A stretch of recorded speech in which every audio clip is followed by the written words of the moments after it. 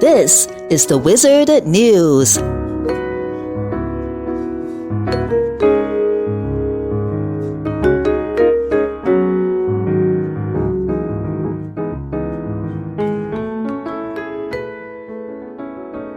The U.S. government is urging senior government officials and politicians to ditch phone calls and text messages following intrusions at major American telecommunications companies blamed on Chinese hackers. The Cybersecurity and Infrastructure Security Agency, CISA, said individuals who are in senior government or senior political positions should immediately review and apply a series of best practices around the use of mobile devices. The first recommendation: use only end-to-end encryption communications.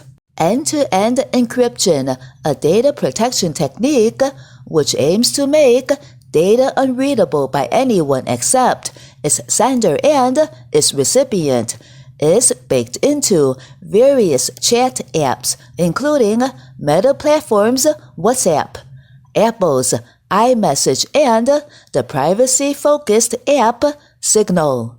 Corporate offerings which allow end-to-end encryption includes Microsoft's Teams and Zoom Communications online meetings.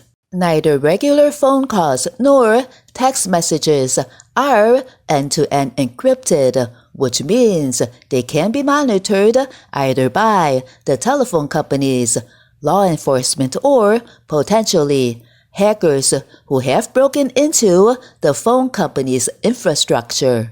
That is what happened in the case of the cyber spies dubbed Salt Typhoon, a group that U.S. officials have said is being run by the Chinese government. Beijing routinely denies allegations of cyber espionage.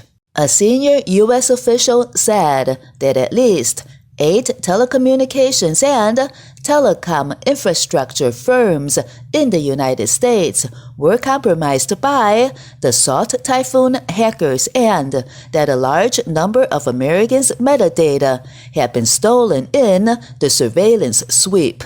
Democratic Speaker Ben Ray Lujan said the wave of intrusions likely represents the largest telecommunications hack in our nation's history, and it is not clear that American officials have figured out how to defeat the hackers' spy campaign.